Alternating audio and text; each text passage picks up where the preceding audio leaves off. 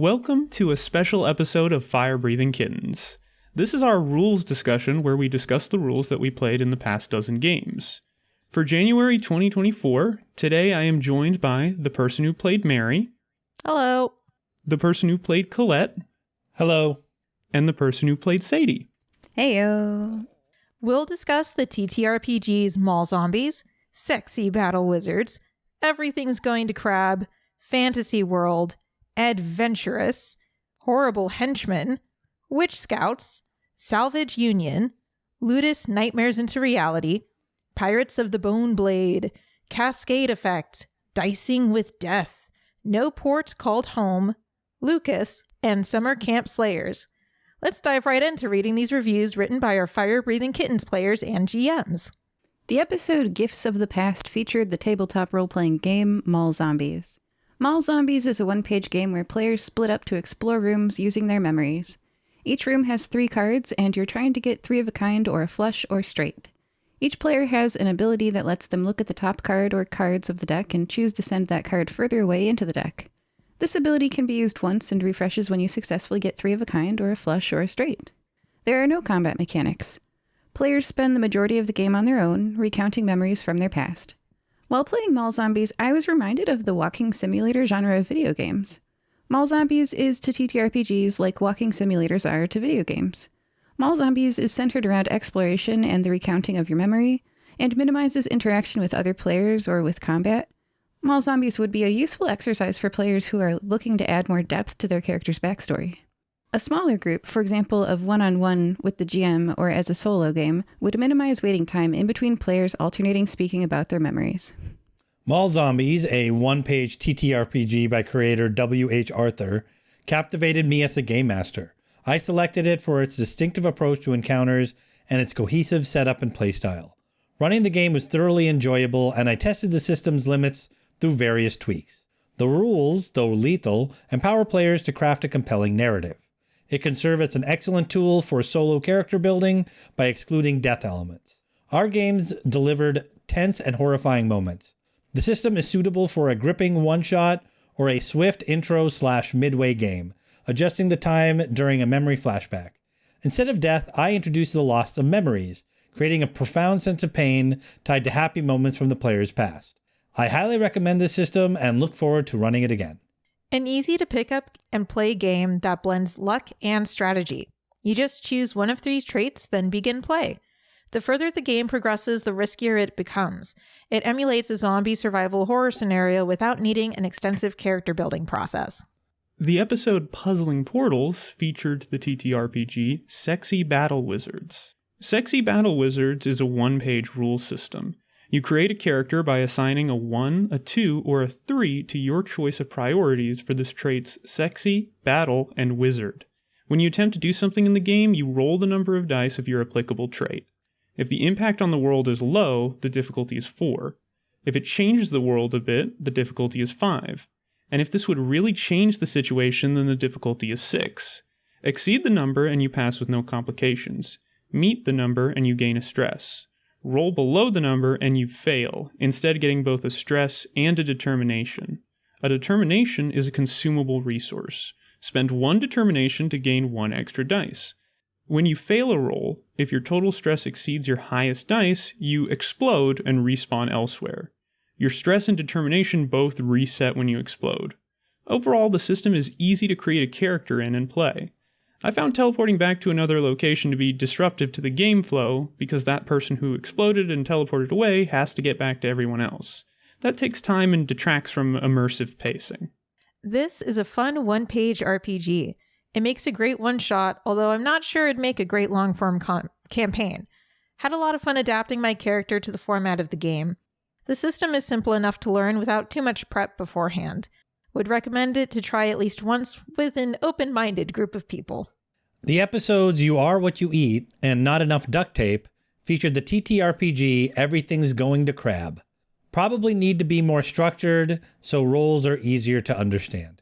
Making roles in this system is very confusing, and how to determine the direction of your transformation isn't clearly outlined. The game needs some careful revisions. In Everything's Going to Crab, your character has 3 aspects to their stats: eyes, hands, and legs. Every aspect has a sliding scale from 0 to 100%. The first aspect slider ranges from eyes on the left to crab eye stalks on the right.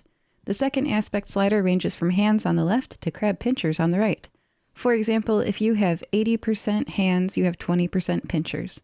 The third and last ranges from feet on the left to crab legs on the right. Different actions are easier to perform as a humanoid or as a crab. For example, driving a car is easier with feet, while walking up a wall is easier with crab legs. You succeed at what you're trying to do if you roll under your percent number. An example skill roll would be if you wanted to skitter up a wall like it was nobody's business. Roll 2 10-sided dice to generate a number between 1 and 100. If you have 60% crab legs, then rolling a 45 would mean you succeed, while a roll of 80 is higher than 60, so you would fail. After each roll, you're allowed to change your slider. The premise is that you're trying to convince people to either turn into crabs or take a bus/ferry out of town so that they survive the impending giant wave. I ran 2 games with this system, and it's interesting how differently the games went. The system and the plot prompts were the same for both sessions, but one group seemed like they were not having a great time, and the other group seemed like they were loving it. So based on that, I'd say the reception of the premise of this game might vary depending on the group playing it. Everything's Going to Crab is simple, probably a little too simple for its own good. Easy to grab and understand, but it could specify a bit more about the actions available to your crab or human and how it affects your proportions. Everything Going to Crab is a very short game with 3 stats that you slide in percentages between: hand and pincers, eyes and eye stalks, and legs and crab legs. Your stats for each add up to 100, so if you have 90% in hands, you have 10% in pincers. And to do something that requires hands, you roll under your current stat. After you roll, your stat changes based on if you succeeded or failed. This was a wild game for me. I started new pretty high on the crab side of things for everything except eyes, and in the initiating event, I rolled low and had my eyes turned instantly into eye stalks. So I basically spent almost the entire session more crab than person, which was super fun.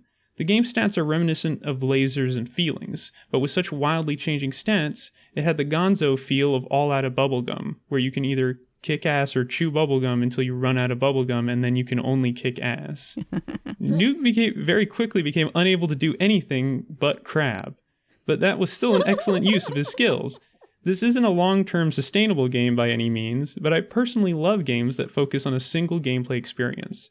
As written, the game gives you a goal of becoming 80% crab by the end of the session, and this is the only weak point I could bring up. By end of session, Nuke had 90% in eye stalks and crab legs, but his hands had retained most of their humanity.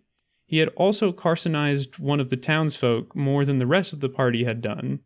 As written, he wouldn't have survived the wave and would have technically lost the game. And I feel like I really leaned into crabbing it up. I think reaching 80% crab in a game where failure means you get less of that stat gives it something of a death spiral. It becomes harder to become more crab if you don't have enough crab to start out. The GM's rule that if you succeed, you get to choose whether to gain or lose was helpful. It meant that I could succeed on the human side and lower the human to increase my crab ability. But without that rule, it becomes very hard to carcinize effectively. I'd also point out that the game relies on a lot of dice rolling. This can be fun, but as a GM, I am more likely to not call for a dice roll as often as these rules might assume, because I find they interrupt roleplay immersion. For example, if you start out 80% human in all stats, and your goal is to become 80% crab in all stats, you have to hog the spotlight a bit to get all the minimum 18 dice rolls, assuming they're all more difficult and change you by 10% each time, and that you succeed in all of them and get to adjust your stats as you wish, necessary to win the scenario. If you fail or roll for less difficult actions a lot, it would easily be double that or more. That's a lot of dice hitting the table, multiplied by 3 to 5 players. Everything is Going to Crab is a very fun and simple TTRPG. While the main premise will always be the same, you must convince others to turn into crabs, the roleplay opportunities are endless. I like that there's a sliding bar between human features and crab features, where successful rolls or failed rolls influence how your character shifts between human and crab. It makes for some zany roleplay as your human crab character tries to convince others to also become crabs. If I had any suggestions for the creator, I'd encourage them to explain the sliding scale mechanic in more detail and how rolls affect the human crab sliding scales, as well as explain which traits use ±5 or ±10 and why. We had to intuit these points as we played, and I think other people would benefit from something clearly written in the book. I would definitely play this game again. The episode Family Heirloom featured the TTRPG Fantasy World. Fantasy World is a powered by the Apocalypse role-playing game system. To do anything in Fantasy World, you roll 2d6 and add your stat in one of the 4 categories: daring, intense, knowing, or vigilant. You have a +2, +1, +0, and -1 in those categories assigned where you like. When you roll a number plus modifiers that is a 7 or above, you succeed. When you roll a number plus modifiers that is 6 or below, you fail. But your character gets points you can use to grow. There are 13 moves common to all players, 7 ways to interact with your environments or the NPCs, 1 combat move to deal damage, 3 moves to journey, rest, or restock, and 2 moves to end the session with. You build your character from 1 to 10 different... You build your character using 1 from 10 different playbooks. Each playbook has 2 moves they get at all levels, and 9 moves you can advance into being able to use. That means there are 24 total moves, which takes up 4 pages of words. Fantasy World is similar to other Powered by the Apocalypse games, so if you like those, you'd probably enjoy this one too. For me, I usually end up feeling that there's too much active text to keep in my working memory bank in these Powered by the Apocalypse games. My issue is that each move has so many words that I can't memorize and remember what all 24 moves do and all their conditions. Thankfully, there are games you're playing with multiple other people. You don't have to do all the moves. Whenever I play Powered by the Apocalypse games, I figure I should stick to doing the moves that I have a +2 or maybe a +1 in my stat for, and let my party members do the moves they have a +2 or a +1 in. My party members probably will too, and then collectively as a party, we'll be able to do all the moves. So that helps me with feeling less overwhelmed when I have 24 different moves to read. I don't have to memorize or even remember all of them. I read through them in advance, take notes of the ones I have a +2 in, and prioritize those. That really cuts down on the book of text I've got to have open at any given time. I often write up a little bullet point list for myself of the list of 5 moves I'm going to use during the game, when to use them, and what I can gain from them. Having that list of 5 or so moves helps me during a Powered by the Apocalypse game. Overall, I'm a big fan of fun combat mechanics. Probably my favorite thing is comboing 2 small low-powered things for high-powered effect. So with this role-playing game having 1 single violence move, Brawl, that means fantasy game isn't a system I'd rush to play in myself, but playing with friends can make the experience worth doing. Like they say, the boss makes the job, and the fellow role-players make the role-playing game experience good or bad. I had fun playing because of the people I was playing with. The episode Be a Doll featured the tabletop role-playing game Adventurous. The rulebook for Adventurous has almost 200 pages, which seems like a lot, but don't panic, the words are big. The players need to read 60 pages, which was probably like 20 pages of normal-sized font, so don't be scared off by the length of the rulebook. Most of the pages are meant for the Game Master, like the Bestiary and the GM Advice sections. Adventurous is definitely one of the faster games to pick up and build a character in. It's also got pretty simple rules. Players build a character who has 5 traits: strength, dex, will, knowledge, and charisma. You roll the number of d6 dice that you have in your trait. A 5 or a 6 on the dice is a success. One of your dice succeeding is a weak weapon hit that deals less damage. 2 or more of your dice succeeding is a strong weapon hit that deals more damage. Rolling 2 6s is special and does extra stuff. You pick a class from a list of 8 different classes. All the classes have 10 hit points. Each class has 4 specific abilities. You can level up to gain up to 3 more class-specific abilities for a maximum of 7 things to read, so it's quite different than the fantasy world we were talking about before. Max level, you have 7 things to read. During combat, if you get a 5 or a 6 during your initiative roll each turn, you go before the enemy, and if not, you go after the enemy. And that's about all a player needs to know to play Adventurous. From my experience now that I've played it, I would say the biggest strength to Adventurous is that it has very simple character creation and combat rules. If I had a friend who had never played Dungeons & Dragons before and was new to the whole concept of a role-playing game with classes, I could see myself playing Adventures with them to ease them into the idea of having a class, having class-specific abilities, and rolling this thing called a dice to see if you hit the enemy and how much damage you deal. For a person who has played Dungeons & Dragons before, I would say I wanted to see more specialization in the classes. For example, as a cleric, the rulebook still had me dealing damage to the enemy as my basic move. Clerics can only heal people like once per day, and there are multiple other classes that can also heal people. So one thing the creator can do, in my opinion, is make the classes play more differently than one another. We ended up not having a combat that session, so it didn't really come up that my cleric would have been forced to choose between 5 options: hurting people, using an item, interacting with the environment, her once per encounter shield ability, or her once per day healing ability. One example of a system where the different builds play really differently than one another is the game called Lewis's Unified Role-Playing System, or LURPS. In LURPS, there are schools of magic who don't deal damage to enemies at all. Like, you cannot damage the enemy if you are that class. Playing them feels very different from playing the damage-dealing schools of magic, which itself plays different from having a squishy low hit point character hiding or shooting a ranged weapon, which itself feels different from a high hit point character tanking in melee combat. When classes have different strategies during a fight, that increases the replayability of a system. Adventurous is a fairly polished fantasy light RPG. The classes are fun and descriptive. I think I would need to run it again, as the adventure I ran didn't get to use a ton of the mechanics. I do think a bigger HP pool than 10 would benefit the game unless you enjoy games with high lethality. The game has easy to learn rules and a fun momentum mechanic that encourages teamwork. I feel that this game is great for first-time players and GMs that want to teach people how to play TTRPGs. The episode Ferris Wee featured the TTRPG Horrible Henchmen. Horrible Henchmen is a one-page game where you play as the henchman of a villain. You roll 2 dice usually, sometimes 3 if what you're trying to do matches your trait, and sometimes only 1 die if a character with your concept wouldn't be very good at that attempt. If you fail a roll, you can spend 1 of your 3 karma and use your perk to reduce the roll's difficulty. Your 3 resolve are similar to hit points, and if you're running low, you can increase the difficulty of your roll by 1 before rolling, narrating how your quirk hindered you to recover 1 resolve if you still succeed, and 1 karma if you don't. Trait adds a die if you roleplay trying something your character would be good at. For me, during gameplay, the character stats of trait, concept, perk, and quirk all felt like the same word in my mind. Mid-session, I got confused about the difference between the words perk and quirk and mixed them up. That's not a problem I have when the character stat words feel different to me, like with strength, agility, and intelligence. I ran another version of this same game with a different theme and prepared a game with the mechanics in mind. The result was a game that worked, but a better structure needs to be set.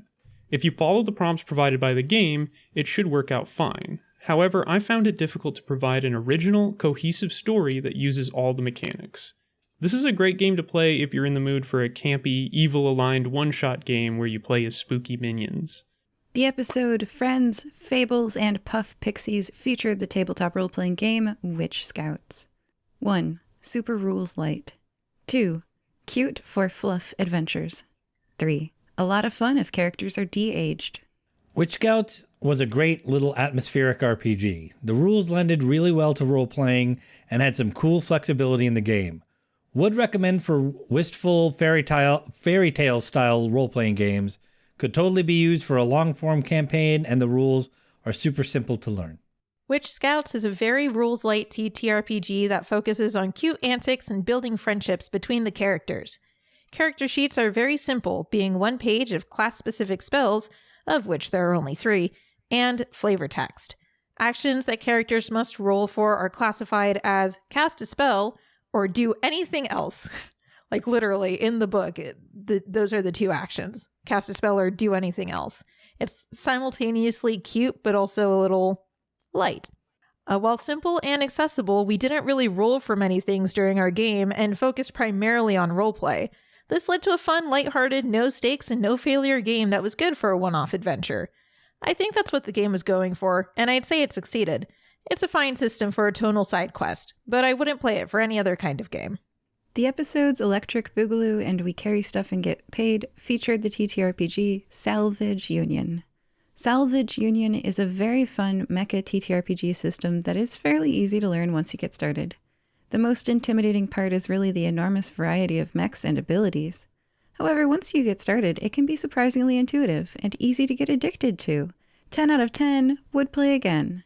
The short form of this rules review is that Salvage Union could use a few tweaks to make it more fun, mainly to do with increasing the power level or assuming a certain number of default systems exist on the mechs. At starting level, Salvage Union is tricky and underpowered. There are a number of base things required for a functional mech that take up slots and are kind of like a tax on mech building. The GM handwaved several modules for us because it didn't make a lot of sense for us not to have them, like exterior lights, or some of us because it didn't make a lot of sense, or some way to be heard outside of the comm system. I'm generally not a fan of games that get really fiddly with inventory systems and builds, because I think it rewards players for gaming the system apart from role-playing. However, I also recognize that those kinds of systems are fun for other people, and I did enjoy putting my mech together. I made a very basic tech level 1 mech with no weapons that could walk and had a rigging arm, which I don't think I ever actually used. I spent a decent amount of my build on things related to observation and comfort, and safety, like the escape hatch that malfunctioned the second I tried to use it. All the stats in Salvage Union are basically capacity slots, how much damage you can take, how many modules you can make, how many modules you can have, how many energy you can spend. The modules and systems are what I call permission to break the rules abilities. The base rule is that a mech is a motionless hunk of metal that can't do anything, and all of the systems and modules work towards giving you permission to use the mech to do things. Want to tear through a wall and retrieve scrap?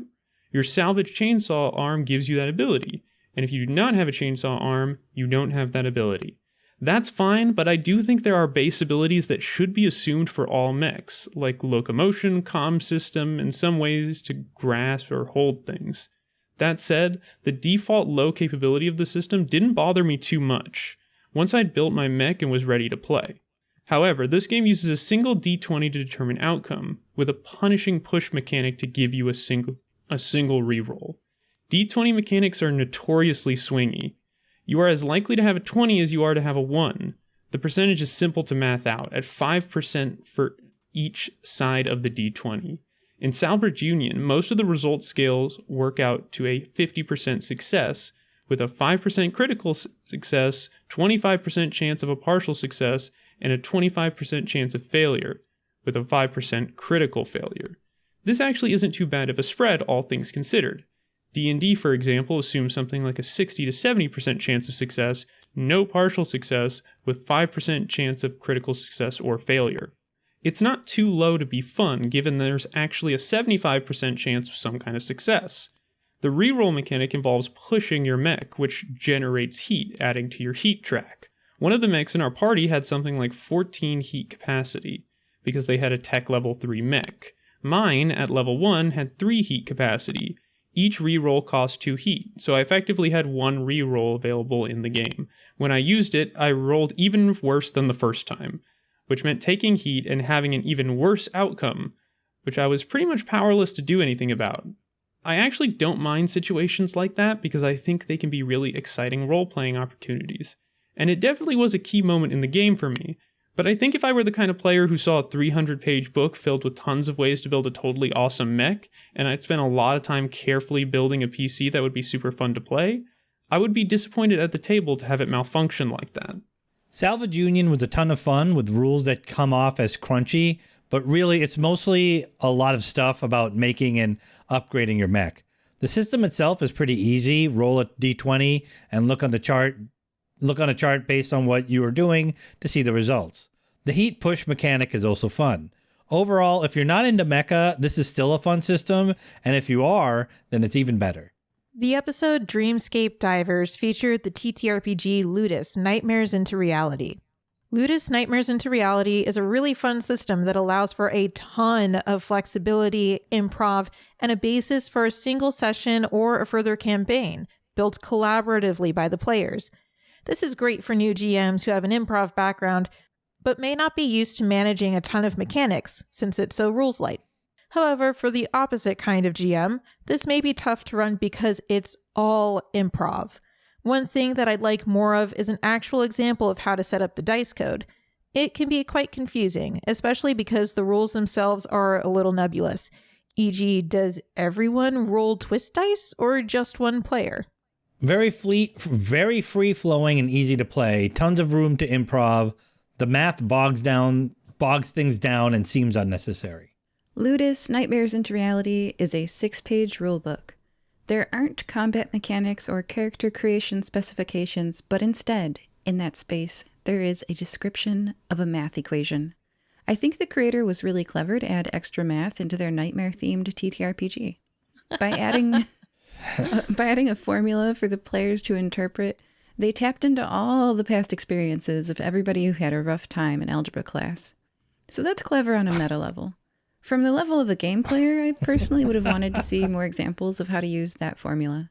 There was one example in the rulebook, and that made the system playable, but it was still very open to interpretation, and a few more examples would have made it much easier to interpret.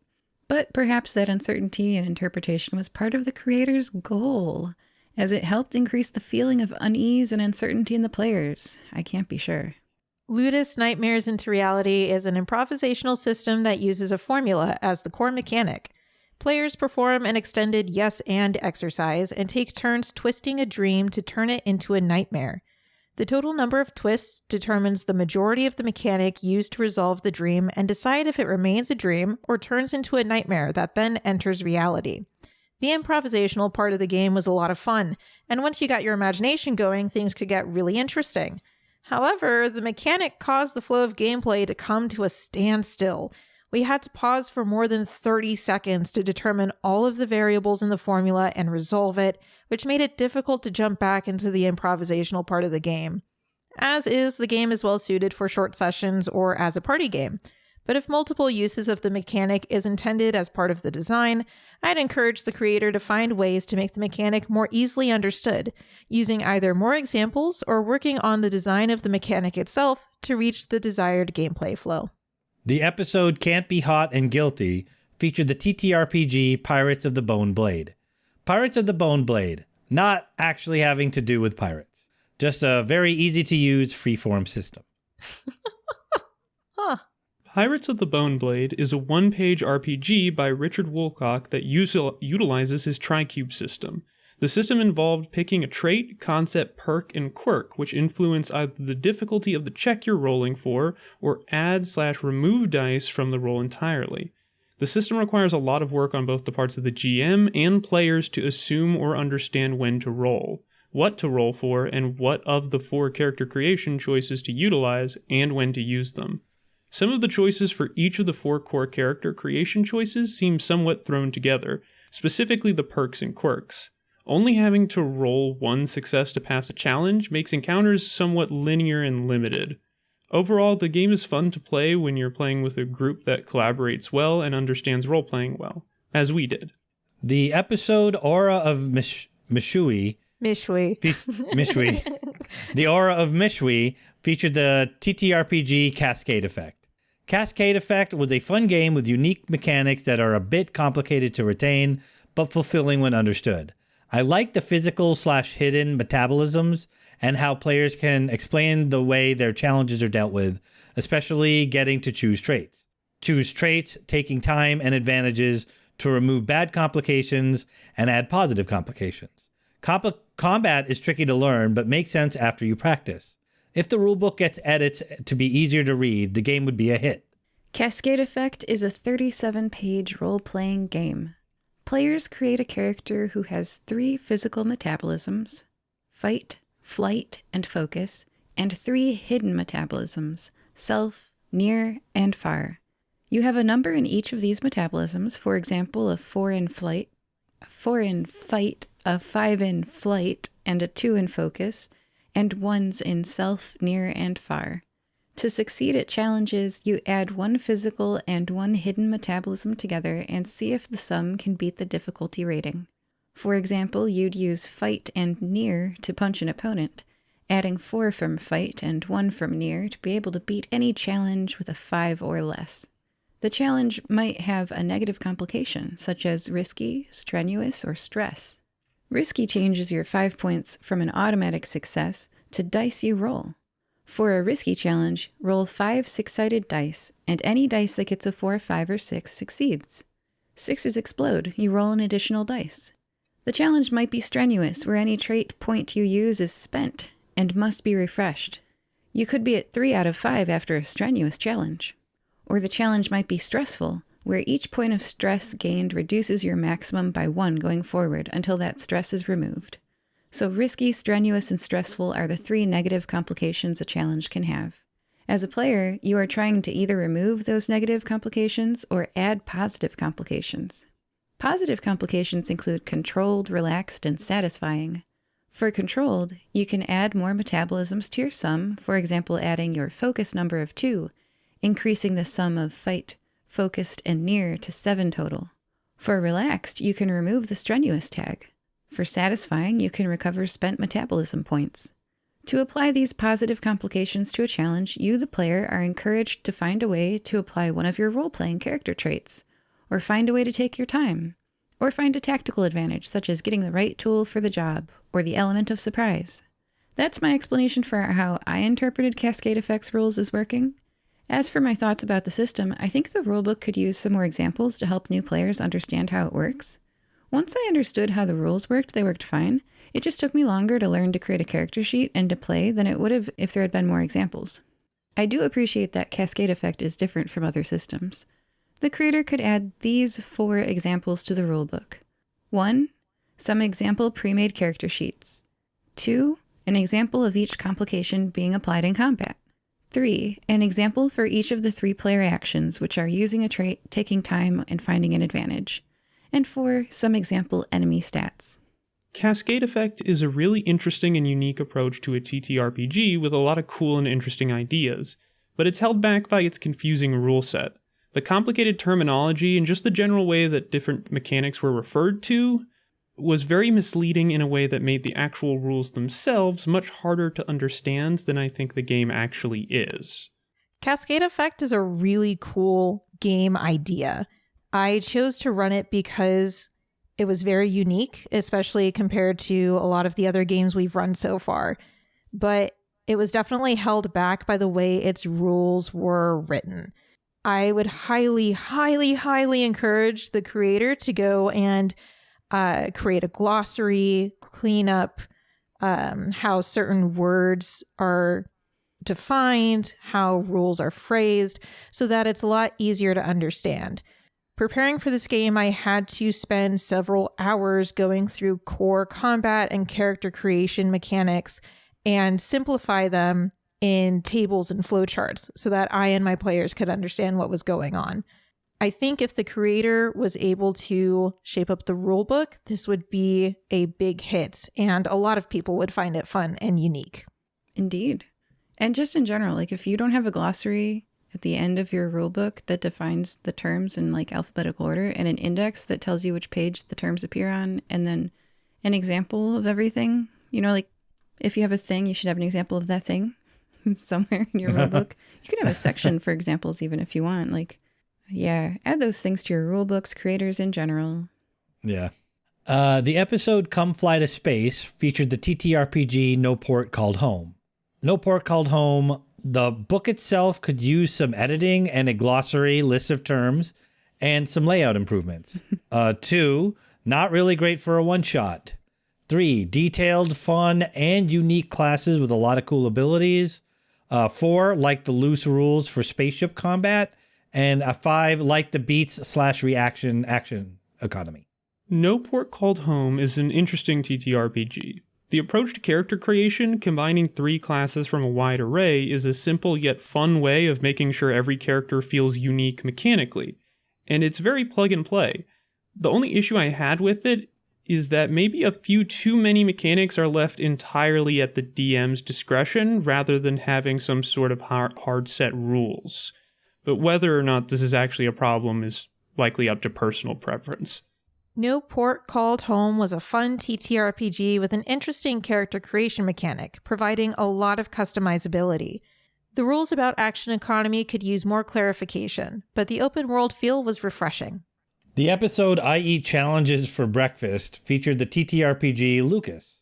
With respect to Lucas, I think it is okay, but just okay. When you have a joker in your hand, you are empowered to come up with the least likely situation and it will succeed. Also, when battling and you have a 20 versus someone else's natural 21, you cannot win. Since the cards return to your hand, there is no mechanic to get around it. It needs refinement, but I am not sure exactly how. I felt that Lucas doesn't leave enough to chance. As a player, you can look at your hand and decide to only do things you know you will succeed at. If a player has a joker, they can do things they would never try if there was a chance of failure. As a GM, you can get a 21 in combat. It leaves you with the option of either pummeling your players to death or basically throwing the fight. I think the game would be helped greatly with a blind draw from your hand of 8 instead of building your best hand. So you can look at your 8 cards, shuffle them, decide what you will do, then flip cards a la blackjack. So you can lean into your cards and play the odds, but you aren't guaranteed a win when you want it most. The episode Vested Interest featured the TTRPG Summer Camp Slayers. This one-page game has resolve as your hit points and karma as your spendable resource. You roll a baseline of 2 dice when attempting challenges. Your goal is to try to get a dice to meet or beat the difficulty rating the Game Master assigns to what you've attempted. For example, roll 2 dice to try to beat a difficulty of 4. Your trait and concept adjust how many dice you're rolling. Add a die if your action matches your trait. Remove a die if your action fails to match your concept. Your quirk and perk adjust the difficulty number you're rolling against. You can spend a karma and roleplay your perk to reduce the difficulty 1 lower. If you're low on resolve and are willing to make the roll 1 more difficult, you can roleplay how your quirk gets in the way, then roll. If you still succeed even though it was more difficult, you can recover a resolve. Even if you fail, you recover a karma. It's a pretty simple system that can be summarized in 1 paragraph like that, but the word categories don't really match what they describe or the mechanics you use them for, so very few people playing this system for the first time seem comfortable enough to volunteer using the mechanics to try to solve problems. Summer Camp Slayers. Easy to use, easy to make a character, applicable to a wide range of scenarios. Fun rules light system that encourages role-playing. Since it's 1 page, I acknowledge there isn't much room for additions, but a little more description on what the different roles could do would be nice. So we've reached the end of all of the games that we played this chunk of time. What's a third of a year called? It's not a quarter. It's a thirder. I don't know. Triplet? I don't know. Yeah, that time. that time. From January to May of 2024. We started off in January, and now we've gone through all the games we've played up until, I guess this will air in May.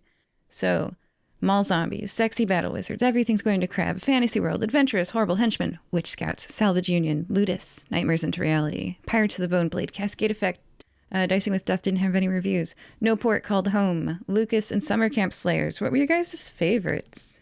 Mine was probably Salvage Union, because I'm really biased towards mechs.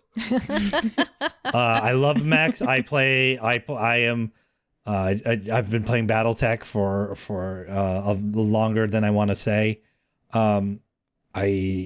I did like Summer Camp, the system of Summer Camp Slayers, because it's really rules. Like I said, it's really rules light. But no, I'd have to say Salvage Union, even if it's a little clunky. Some of the math's a little clunky. It's a little crunchy, but yeah, that was my favorite. Yeah, it did have mechs. I liked that one for sure. Fennis's player, Mary's player. So I actually really liked No Port Called Home. I think it's really interesting, and I love clearly how much time was put into the individual classes, even though there's so many of them. Oh my gosh, 41, right? Or something? Yeah. Wow. And a lot of them have completely unique mechanics to work around when you're making use of that class's abilities, which is insane to me. I totally agree with Fennis's player. That's a great mechanic. I like the concept of smash up. You take half from here and half from there and you put it together and you made a thing. I probably would have enjoyed it more as a full campaign, because even at what we were at, 20 or 30% power, something like that. Yeah. We did not, I did not use I maybe used 20% of the abilities I had. Now I understand that we have, restrictions on what we can do. And since since we're playing these for one session and there were 4 players, but if we had a full campaign or more time, I would feel like it would have felt better to me, because I would have felt like we could have done more with all the stuff that I had on my character sheet. We have a fight club at the end of the year. Are you nominating No Port Called Home for that mechanics heavy episode? Oh, that could actually be really good. I don't know what that is. All fights all the time. Like it's just one big combat? Well, there's technically a story, but yeah. It's a surprise, but it also happens every season. Yes. I'd say yes. That sounds good. Yeah. Okay, noted. Cough, cough. It's a surprise, but it also happens every season. Interesting. All right, so No Port Called Home nominated for that 100% power level fight club at the end of the year. They want to try more of it. Interesting. Mary's Player, what was your favorite game? And you can do like mechanically and then like thematic, whatever you want, you know. Yeah. Honestly, it's hard for me to choose. When we started doing all of these different systems, it was really exciting to try new things. But now that it's been a little more than a year of doing this, I'm starting to see a lot of similarities in mechanics, and it's hard to find a really unique system that does their own thing. So as many issues as I have with how the rules are laid out, I definitely have to say a Cascade Effect was my favorite so far this season. Like, it was worth the effort to go in and try and phrase everything differently for myself and for the players, because I think it was such a unique system and a really cool idea. And it's just really hard to find that when you've got a lot of, you know, D&D like games or Powered by the Apocalypse games, which are innumerable in flavor, but they essentially just use the same mechanics over and over again. So I think, especially from this point on, I'm going to be going like, whatever's more unique is probably going to be my favorite. And for that reason, Everything's Going to Crab was also a fun one. I honestly, I was part of that episode that really enjoyed that game. Like, it was so fun.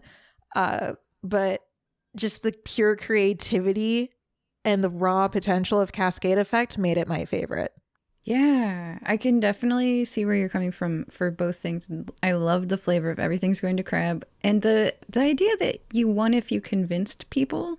Like, that's so different, you know? It's kind of like it makes role-playing the actual goal of the game, because it's not a mechanical thing you're trying to achieve. It's literally a role-playing goal that you have to win. So I thought it was very interesting. Yeah, I want to see more games like if you guys listeners know of games where your goal is to convince an NPC to like come with you, you know, like you propose something silly like, hey, turn into a crab. You can, I promise. And you have to, like, I love that. And I wish there were more mechanics about exactly that. This is technically like a roll under percentile mechanic, but I want more. Yeah. Listening to those episodes, it made me think of the movie The Lobster. Oh my God. Yes. Oh, that's such a good movie. It was half a good movie. The first half was really good. Okay. Super niche, like art house. Yeah, movie. yeah. It's Lanthimos. He's all about the absurdity. Yeah, it was a little too. I don't know if I could handle something like that, but it's really cool that you two do. It would be a little hard for me to like know what to do after the first, hour. I'd be like, okay, I tried that. I don't know what else. It's all crab from here, I guess. So it's not for everybody. It's for sure not. But yeah. Okay, so I think I'm left. So I technically have heard all of these. Mall Zombies, I was like, oh, this is a lot of waiting. Sexy Battle Wizards, I was like, I'm so far away from my party. Run. Everything's Going to Crab. That was fun. I didn't know how to like do it for the first time, and then the second time I got more of a handle on it, and it was not a disaster. Fantasy World, so much reading. Adventurous, yep, I hit the thing with my stick. I'm a cleric though. Horrible Henchmen, those words sound way too similar. Nobody actually uses the rules for those Tri-Cube games. Like, I've never seen a group of people embrace those rules. Everyone's brain rejects them. It's either the way they're written or the phrased or something, but nobody uses them. So, question about that. I've noticed is that part of the same like one pagers that was like Christmas capers and okay. I've noticed that those games in particular, like, no hate to the creator, but like, yeah, the rules just aren't intuitive or applicable to the actual goal of role playing and also doing like, board game type stuff like TTRPGs do. It's very interesting. And it's like we've played multiple games with this same kind of rule set because they all come from like, they're all this one pager with like a couple of tables that you pick traits and stuff from, and then you just go with it. Yeah. And I don't know, it feels weird. Yeah, after playing it, like, 4 or 5 times, I've listened to it and, like, I've played it 3 times. Now I understand it. One of the stats is you add and subtract dice to your roll, and one of the stat pairs is that you add and subtract difficulty to your roll. And if they'd explained it to me like that in the beginning, like, maybe put a cross on, like, literally a picture of an X on the one page and say, on the left, on the right, this one will give you less dice, more dice. On the top, on the bottom, this one will make it more difficult, less difficult, you know? Like, because then I'd understand it and I'd be able to utilize it because I played old school Mario on, like, SNES with the, like, touchpad with the up, down, left, right, you know? It's like, okay, I get it. My brain can handle this. But, like, anyway, we'll keep going. Witch Scouts, it seemed like that was pretty short. There's not much there. Yeah. Yeah, Salvage Union, so much there. But it didn't work when Noog's player tried to use the escape hatch, and I was just like, oh.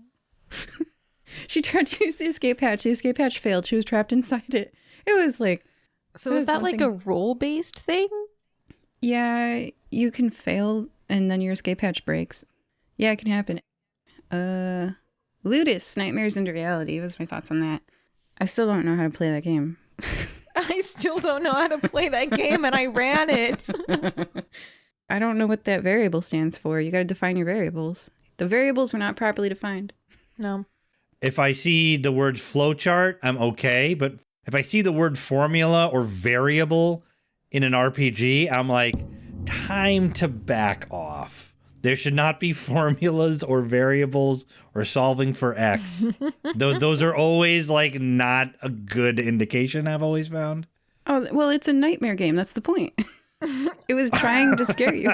I did not pick up on that till that review was read, and I'm like, oh my God, it is meta. It was trying to do that, Colette's play. Is That's it the point. really? Yeah, it's a nightmares game. You're supposed to create a nightmare, so it uses math formulas for sure. But it didn't tell me how to use the formula.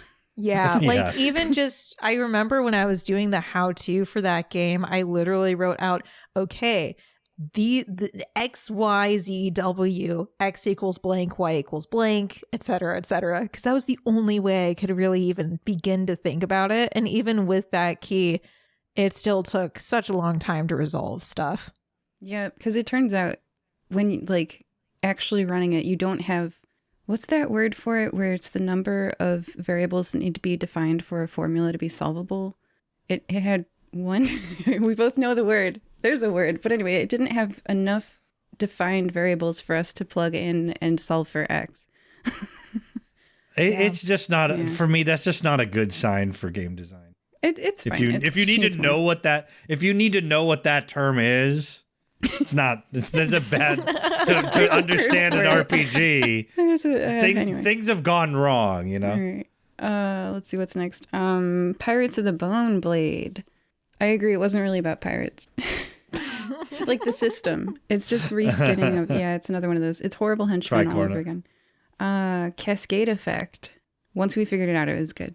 But it sounds like it works very hard to make sure you don't figure it out. Yeah. Dicing with Death. We didn't get any reviews for that, so I guess we'll talk about it next time. We're playing it again in the next one. No Port Called Home. Love the Smash Up. Lucas. It's a card game, so that's cool. My interpretation on it, I know you guys haven't played, so I'll be fast. You have a hand, and you have these suits that are good at a thing, like health, spells, etc. And I thought that they would, like, use the cards that were in their hand to, like, take turn chiseling away at an enemy to find out what the enemy had. And, like, oh, it doesn't have any spades. Let's attack it with something that uses spades. But I think one of those suits is literally health. So if you just have hearts, if the enemy just has, like, a queen of hearts, you are a little bit up a creek without a paddle. So it sounded like they didn't have a great time. I'll have to listen to it more in depth to see exactly what happened in that adventure. But I think they were just like, no. It sounded like, yeah. Or like, we did it. Don't make us do it again. All right. There's a little bit of a typo in the rules where it says deck, and I think it means hand. It's just a bit confusing because, so for example, for the game creator, most people, when you play a card from your hand onto the table, don't know to put that card back into your hand. And that was the biggest challenge for me when reading the rules, is when you play a card, you pick it back up and put it in your hand. And it's only when you're injured that you lose a card from your hand. You pick it back up otherwise. Or unless you're spending magic, where magic is something that affects more than one target. It doesn't need to be 1 page. In fact, that rules should be probably like 5 pages as you give examples of everything. So for the creator, please expand the Lucas rules into like 5 pages and give more examples, and I think it'll be a lot better. So what are you guys most excited about? Let me read off some games that are coming up. Psychic Cat Chaos, Dicing with Death, Alaria Valor and Company, Daggerheart Playtest version 1.3, Community Radio, Rises Epic, D20 Go, When Sky and Sea Were Not Named, and Pocket Gumshoe. Do you guys have a thing you're looking forward to the most? I was actually thinking of running When Sky and Sea Were Not Named, and then someone beat me to it on the calendar. Oh, dude, do you want it? I will give it to you. Oh, have you already taken a look at the rules? And you don't? No, my method is that I just pick the long ones because no one picks the long ones. Oh I'll go gosh. Ultraviolet Grasslands if you go with When Sky and Sea Were Not Named. I have to see if I can get that GM spot before that. But if I can, I'll definitely switch with you. Dude, please, yes, let's use up these. We've got Firebreathing Kittens receives games from people, and the like more than 100-page rule books. I feel like nobody picks those, so I pick those. But I don't like 100 pages. Yeah, I just don't like letting them sit there. I mean, I feel the same way. I like to pick like all of the. I think most of the games I've picked are ones that creators have sent in to us, and it's not very often that people pick them up because they do tend to be a little harder to parse through because it's made by newer creators and all of that. But I find that those have some of the most unique ideas. Like Cascade Effect was one of those. Yeah. So When Sky and Sea were not named really intrigues me from like a setting perspective. I have no idea what the mechanics are like, but I'll figure it out. So that's the one I'm most excited about. Yeah, I mean, yeah, absolutely. Run it. I'll play with you. I would love to be a player in one of those big games. I never get to be. Yeah, all right. Most excited. Venice's player? Oh, well, I don't have a very big reason for it, but I'm really looking forward to Psychic Cat Chaos, mainly because we're going to be recording it so soon. Yeah, like tomorrow. I love that. That's a good reason to be excited for a game. Getting to play. Absolutely. Colette's player? Can I pick one that I'm going to be running? Yeah, and pick another one Okay. first. Yeah, like that's of course pick another the one one first. you're running. You'll talk a little bit about that. Talk us up. Yeah, I'm interested because I just literally an hour, 2 hours ago, I finished my first session of outside of FPK, Daggerheart. And after seeing all the YouTube videos and all the other stuff about Daggerheart, very interested in running it. So I'm really excited for that. It's a really cool system. No spoilers, but I already have some thoughts on it. So it'll be interesting to get everybody else's thoughts. Yeah, so that's what I'm really excited about. And the other one I was going to say was When Sky and Sea Are Not Named, because that does look, before I picked D20 Go to be the first one I did, I had actually, that was one of the top 3 I had narrowed down to. Ooh, popular system. Then I ended up going with D20 Go because I had an idea in my head for an adventure where I didn't really have one for the When Sky, so I went with D20 Go, which also looks really, really cool. I like that it's a the one thing I would say is one of the problems with No Port Called Home is some of these games are not really meant to be played as it's one session. They're almost designed for longer games. That's D20 Go is the exact opposite. And aside from 1-page rule sets, I don't see many RPGs that are saying hey, this is designed for. This is a system that's designed to be played online. This is a system that's designed to be played in one session. And that's a really cool concept. And I haven't done it yet. We'll find out. But I think it will work. and I really liked what they did with it. So yeah, I'm excited for those 3. Yeah. I know I should have said 1, but I ended up saying 3. No, Sorry. no, it's good. Yeah, hype it up. I get more excited when you guys are excited. It's contagious. Yes. I love mysteries. So Pocket Gumshoe is a system that I personally am very excited about. But I get too excited. It's like time travel movies. I'm so excited about how much I love this movie that I'm going to think about it too much and find a plot hole. So then you think about the time travel movie too much and you're like, if he had just left the paperweight on the table, wait, that wasn't there. And then you're like, no, now the whole thing's ruined. Now I don't like it anymore. So that's how I feel about mysteries sometimes. I'm like, no, it doesn't make sense because they're either my favorite or a crushing disappointment. So Pocket Gumshoe, I have no opinion on. Desperately no opinion. Desperately no opinion on. Another game, actually, that I just got excited about is the community radio one. Yes. Because the person running it is like, hey, send in song covers, like you recording yourself and stuff. And I'm like, oh, bird time. Yes. We need more musical episodes. We do. So I actually ordered a ukulele today. Yes. I'm going to have my husband just play ukulele as I sing along. Yeah. So I bought a ukulele for community radio and I'm going to learn how to play it ? And be slightly musical at people. Y'all are in for it. Yeah, I'm very excited. That's going to be a little pet project of mine. I'm going to make the best song ever. We need more musical RPGs. That's my take home from this. Find and add to list of RPGs more musical ones. Yes. I wrote it down just now. So there we go. Those are all our thoughts. How do you guys feel about playing different systems in general? Still loving it. Poor Fennis. For Fennis's player, this is his first group that plays role-playing games. And most people, their first role-playing game experiences, they join a group, they learn the rules, they play those rules for a year, and then their group is like, should we try playing other games? And they play one other game. They switch to that. They play that game for a year. So I do want to ask you, how are you doing with all the rules learning? I've been fine. Honestly, usually whenever I play games with friends, I'm the one who reads the rule book, so I'm in my natural element as far as that goes. I think you're doing fantastic. Thank you. You've played what? You've got 2-3 games under your belt? Yeah.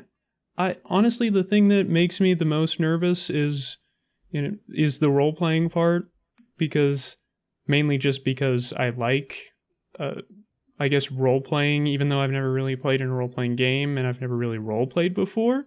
I like the idea of it, and I was very afraid of doing badly at it. Aw, you did great. Yeah. You could have fooled me because if I already knew that I knew beforehand that you were new, but if I didn't know that, I wouldn't have even guessed that you were pretty new to it. So yeah, I don't think, you're doing great. Yeah. Thank you for your first time playing roleplay games with us, and you're doing fantastic. We all like you. I'm sure the listeners like you too. Good to hear it. Yeah. So that was our January to May rules discussion. Does anybody have any other thoughts? No? Nope. Oh, really? Yeah. So we will see you in an upcoming adventure. Goodbye. Goodbye. Bye. Bye.